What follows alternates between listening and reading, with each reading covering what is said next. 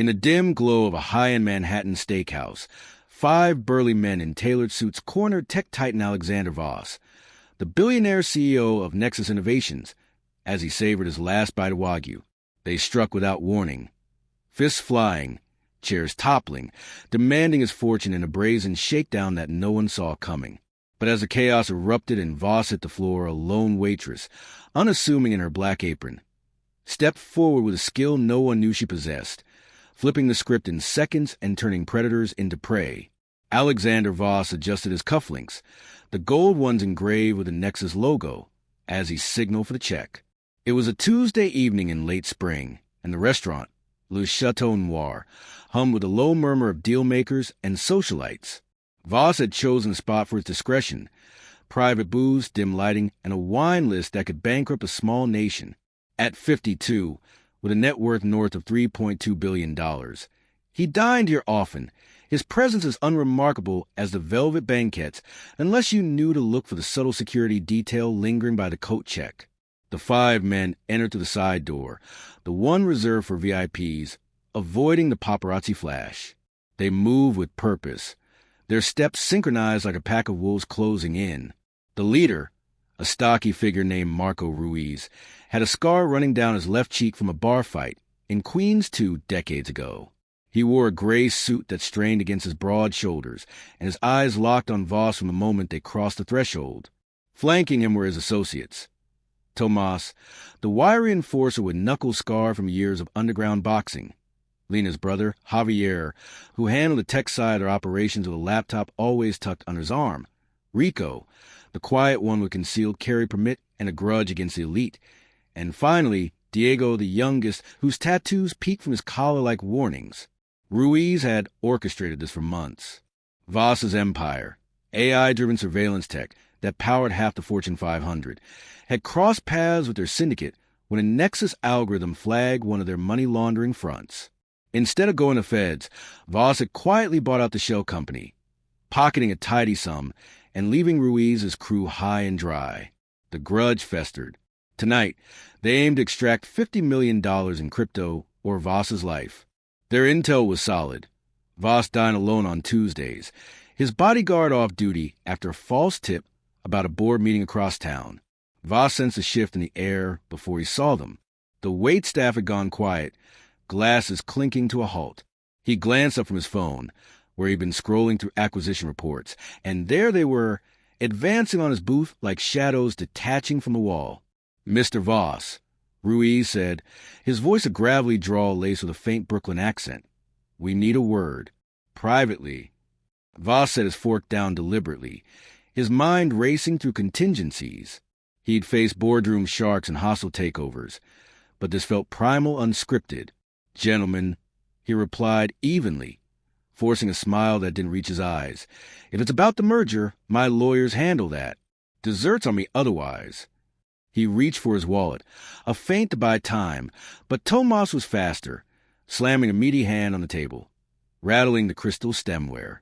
"Not that kind of word," Ruiz growled, sliding into booth opposite Voss, his knee pressing against the CEO's under the table, a subtle threat. The others fanned out, blocking the exits. Javier pulled up a chair, his laptop already open, fingers hovering over keys. "We got a proposal. You transfer the funds, we walk away. Simple."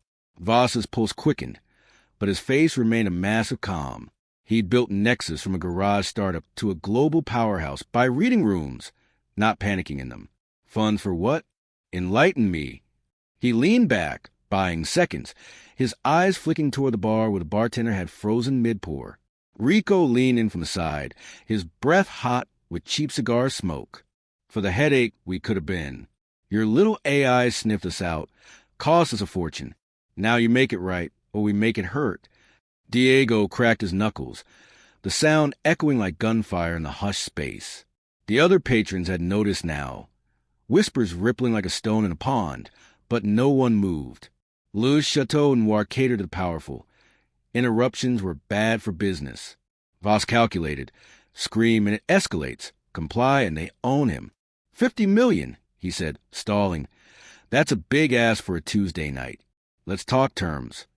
Ruiz chuckled, a low rumble, and nodded at Tomas, who grabbed Voss by the lapels, yanking him halfway out of his seat.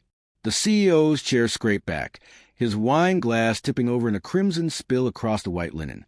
That's when the first punch landed. Tomas's fist connected with Voss's ribs, a dull thud that expelled the air from his lungs. Voss gasped, doubling over, but Ruiz was there, hauling him upright by the collar.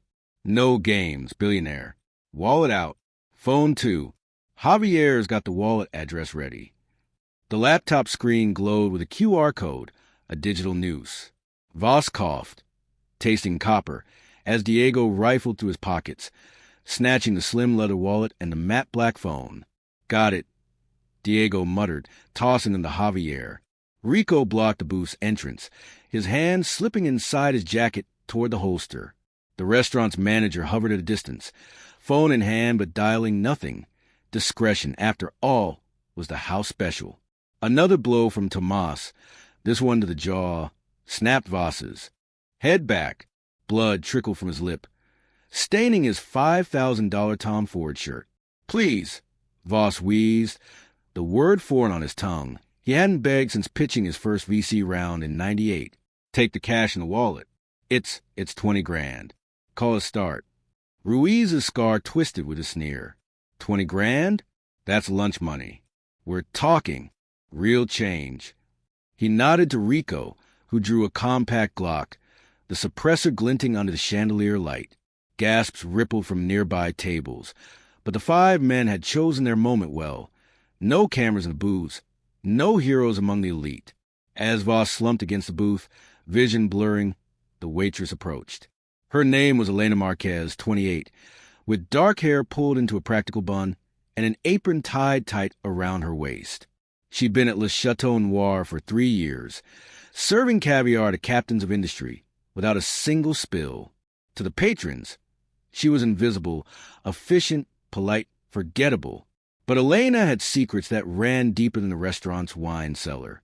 She carried a tray with Voss's check and a fresh napkin, her steps measured, unhurried. "Sir," she said softly, her voice cutting to the tension like a knife through silk. "Your bill." Ruiz glanced at her dismissively, waving her off with a flick of his wrist. "Beat it, sweetheart." Adult conversation. Elena didn't move.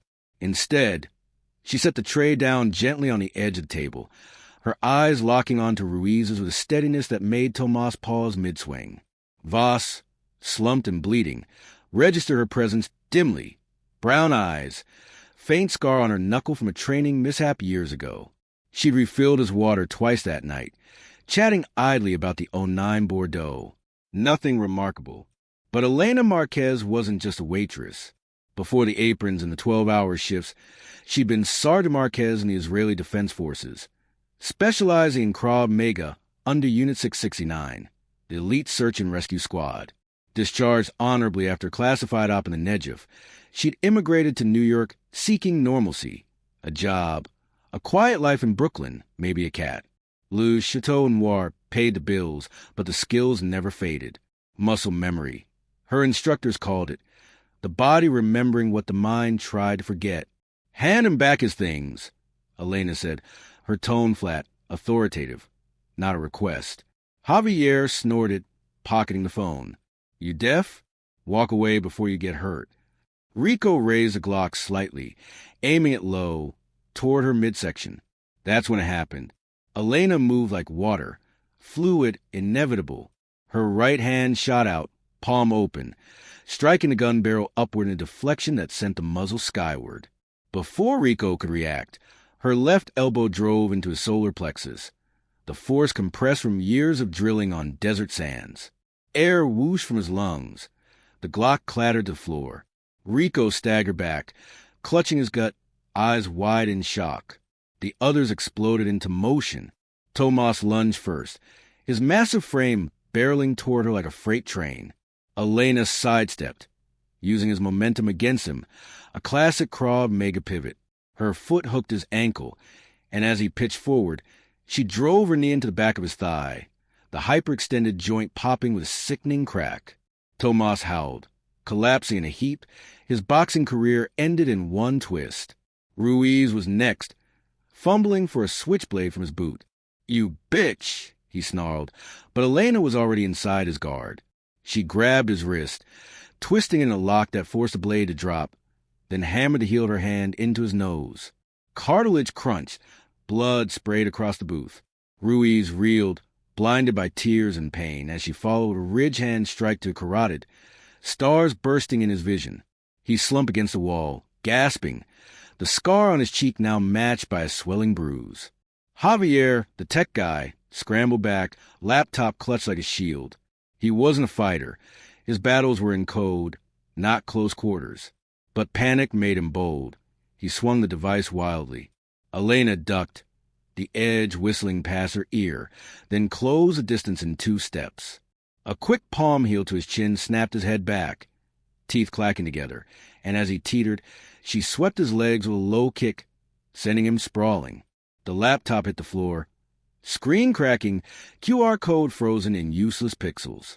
Diego, the tattooed kid, hesitated longest, used bravado cracking under the onslaught. He charged anyway, fists raised in a sloppy street brawl stance. Elena met him head-on, blocking his haymaker with her forearm, the impact jarring but absorbed. She countered with a series of rapid strikes. Fingers to the eyes, blinding him. Knee to the groin, folding him.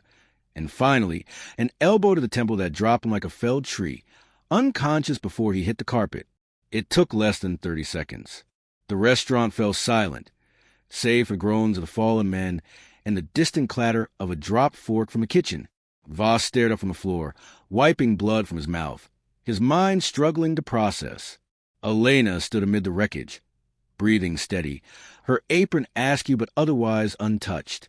She knelt briefly, retrieving Voss's phone and wallet from Javier's limp grasp, handing them back without a word. Security burst and then 2 off-duty NYPD officers moonlighting for the restaurant.